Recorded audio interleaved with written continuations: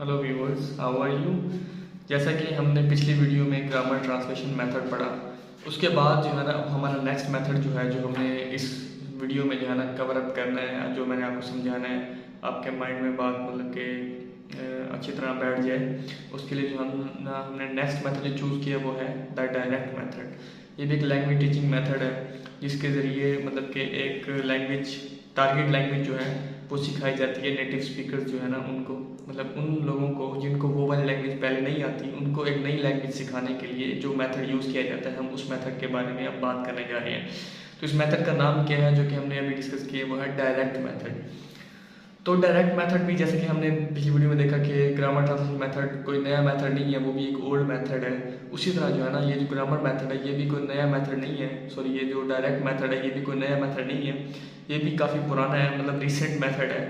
तो इसमें भी जो है ना जो लैंग्वेज टीचर्स होते हैं वो मुख्तलिफ प्रिंसिपल ऐड करते हैं अपने तरीके से। तो इसमें जो है ना इसका भी इंस्ट्रक्शन, इसका जो गोल मेन था वो यही था कि एक दूसरी लैंग्वेज में कम्युनिकेट करने का तरीका क्या है। मतलब कि अगर मैं उर्दू स्पीकर हूँ, ठीक है, तो मैं अगर इंग्लिश में बात करना चाहूँ किसी से, तो मैं किस तरीके से बात कर सकता हूँ, मतलब how to communicate in English.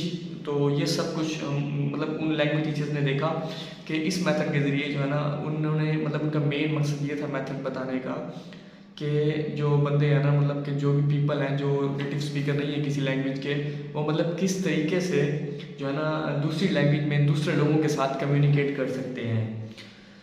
तो जो ग्रामर ट्रांसलेशन मेथड था वो स्टूडेंट्स को तैयार करने के लिए कुछ बहुत ज़्यादा इफेक्टिव मेथड नहीं था। मतलब कम्युनिकेटिवली वो बात नहीं कर सकते थे लैंग्वेज जो दूसरे स्पीकर होंगे ना। अगर फॉर एग्जांपल मैं उर्दू स्पीकर हूँ और मैंने ग्रामर ट्रांसलेशन मेथड के तहत पढ़ा हूँ, तो मुझे जो है ना जो नेटिव स्पीकर ऑफ इंग्लिश है, अगर मैंने टारगेट लैंग्वेज इंग्लिश सीखी है ग्रामर ट्रांसलेशन मेथड के ज़रिए, तो मुझे इंग्लिश उस तरह नहीं बोलनी आएगी जिस तरह वो नेटिव स्पीकर बोल रहे हैं। मतलब मैं उनसे कम्युनिकेट सही तरीके से नहीं कर सकूँगा, मैं इफेक्टिवली नहीं बात कर सकूँगा। तो जिसकी वजह, मतलब उसकी वजह से जो है ना वो एक किस्म का देख लें कि ग्रामर ट्रांसलेशन मेथड जो था वो एक किस्म का फ्लॉप हुआ, फेल हुआ। तो उसकी वजह से डायरेक्ट मेथड मशहूर हो गया। इसमें जो है ना एक जो बेसिक रूल है मतलब इस मेथड का, वो ये है कि इसमें ट्रांसलेशन का तो नाम और निशान ही नहीं है।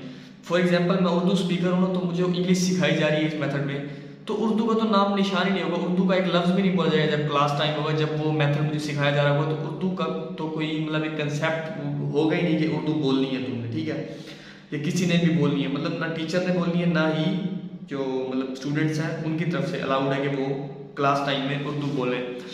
और इसमें जो है ना ये है कि जो मतलब कि लैंग्वेज हमें सिखाई जा रही है, फॉर एग्जांपल मैं इंग्लिश सीख रहा हूँ, तो मुझे उसका मीनिंग डायरेक्टली उर्दू में नहीं बताया जाएगा, बल्कि मुख्तलिफ तरीके से बताया जाएगा। उसमें ऑडियो विजुअल ऐड हो सकते हैं। मतलब अगर फॉर एग्जांपल किसी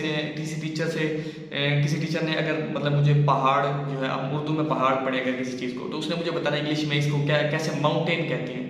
तो जब वो माउंटेन कहेगा तो पहाड़ उर्दू में तो नहीं बोलेगा, तो मुझे क्या पता कि इंग्लिश में जो है ना माउंटेन किसको कहते हैं।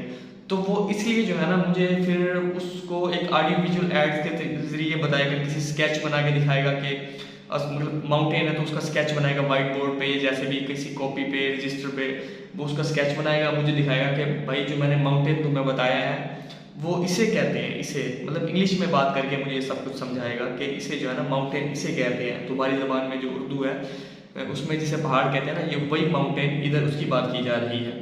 इसमें जो है ना फिर ये होता है कि मतलब काफ़ी एग्जांपल्स, जैसे फॉर एग्जांपल उन्होंने जो है ना मुझे ये पढ़ा दिया है कि माउंटेन जो है उसकी शेप मुझे पढ़ा दी है कि माउंटेन है। मुझे मतलब मेरे माइंड में ये है कि इसे पहाड़, मतलब उर्दू, क्योंकि मैं नेटिव स्पीकर उर्दू का हूँ तो इसलिए मैं उसे पहाड़ ही सोचूंगा, लेकिन मुझे ये पता होगा कि इसे माउंटेन कहते हैं इंग्लिश में। मतलब मैं उर्दू का यूज़ ही नहीं करूँगा। तो फिर बाद में क्वेश्चंस किए जाते हैं टीचर्स की तरफ से स्टूडेंट को, वो इस तरीके से कि वो मतलब मुझसे अगर उन्होंने सवाल पूछने हैं कि माउंटेन किसे कहते हैं, तो वो पता क्या करेंगे, वो ये करेंगे कि पहले जो है ना एक माउंटेन का स्ट्रक्चर, एक स्केच मुझे बना के दिखा देंगे वाइट बोर्ड पे, किसी रजिस्टर पे, किसी भी चीज़ पे जो उनका एक तरीकाकार है पढ़ाने का। तो जब वो मुझे दिखा देंगे उसके बाद जो है ना वो मुझे कहेंगे कि आपने बताना है कि ये क्या चीज़ है, ठीक है। तो मैं उन्हें बताऊंगा कि इसे माउंटेन कहते हैं। कि अगर किसी मतलब वो एक चीज़ तो नहीं पढ़ाएंगे ना मुझे, वो मुख्तलिफ जो है ना स्केचेस बना के मुझे दिखाएंगे कि इसको ये कहते हैं, इसको ये कहते हैं, इसको ये मतलब किसी चीज़ को टेबल कहते हैं, किसी चीज़ को पेन कहते हैं। तो वो बना बना के मुझे दिखाएंगे। तो जब वो अगर उन्होंने मुझसे क्वेश्चन करने होंगे तो वो किसी एक चीज़ का स्केच बना के मुझे दिखाएंगे, तब मैं जो है ना उनको जवाब दूंगा और उन्हें रियलाइज़ होगा कि स्टूडेंट ने इतना कुछ सीख लिया। तो ये डायरेक्टली मतलब कि डायरेक्ट मेथड है लैंग्वेज टीचिंग का। इसमें मतलब कि नेटिव लैंग्वेज का बिल्कुल भी यूज़ नहीं है, एक ज़रा भी यूज़ नहीं है। और जो तरीकाकार समझाने का वो विजुअल एड्स के ज़रिए, स्केच के ज़रिए है समझाने के लिए, गेस्चर्स वगैरह यूज़ की जाती हैं टारगेट लैंग्वेज को समझाने के लिए, ठीक है। क्वेश्चंस पूछे जाते हैं, तो इसमें जो है ना काफ़ी रूल्स वगैरह हैं, ठीक है। इसमें स्टूडेंट्स को शुरू से ही मतलब कि जो रीडिंग कराई जाती है वो टारगेट लैंग्वेज में कराई जाती है। उसके बाद जो है ना फिर डिफरेंट ऑब्जेक्ट्स मतलब कि यूज़ किए जाते हैं स्टूडेंट्स की क्लास में, ताकि वो समझ सकें किस चीज़ को क्या कहते हैं।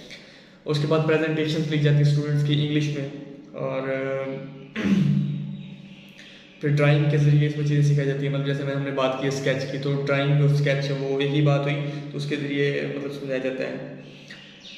तो जो वर्ड्स होते हैं फिर वो सेंटेंस में यूज़ कराना भी सिखाया जाता है कि कौन सा वर्ड किस सेंटेंस में किस जगह पे यूज़ करना है। तो ये सब इसके प्रिंसिपल्स में आता है डायरेक्ट मेथड के।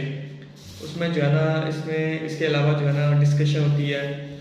तो इसमें मतलब बात है दरअसल यही है कि जो मेन इसका मकसद है वो यही है कि एक अच्छे तरीके से नेटिव स्पीकर्स को एक टारगेट लैंग्वेज या फॉरेन लैंग्वेज सिखाने के लिए डायरेक्ट मेथड यूज़ किया जाता है, ताकि वो जल्दी से सीख सकें।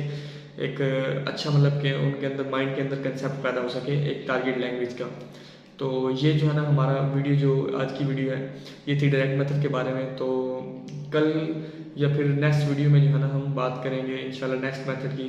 तब तक के लिए गुड बाय।